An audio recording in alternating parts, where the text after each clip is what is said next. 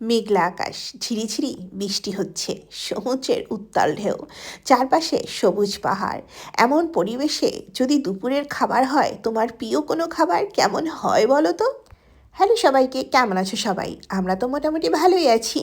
আমরা উইকেন্ডে একদম বাড়িতে থাকতে পারি না, একদমই ভালো লাগে না, কারণ চারপাশে যদি এত সুন্দর ভিউ থাকে, বাড়িতে থাকতে কি আর মন চায় নাকি? আমরা উইকেন্ডে কি করি?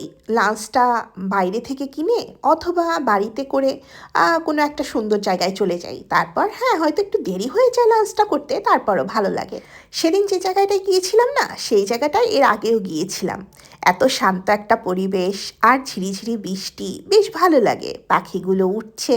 শনিবার আসলে ক্লাস থাকে, আর প্রত্যেকটা জায়গায় বেশ দূরে, কোথায় যাব ঠিক করে উঠতে না পেরে ভাবলাম ঠিক আছে ওই জায়গাটাই যাই। যেতে আসতেই প্রায় 4 ঘন্টার মতো লাগে। এটাই একটা প্রবলেম, হয়তো স্টে করেছি 1 ঘন্টা, বাকি 4 ঘন্টাই জার্নি। কান্ট্রি সাইডে থাকার একটা প্রবলেমও আছে, চাইলেই সহজে দ্রুত কোনো জায়গায় যাওয়া যায় না।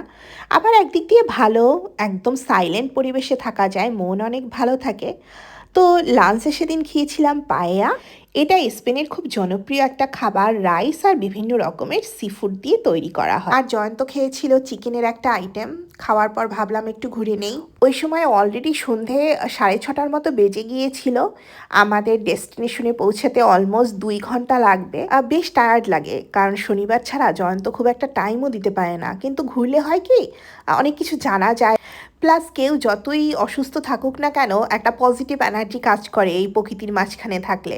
তখন আরও বেশি ফ্রেশ লাগে আর অনেক ফিট থাকে শরীর।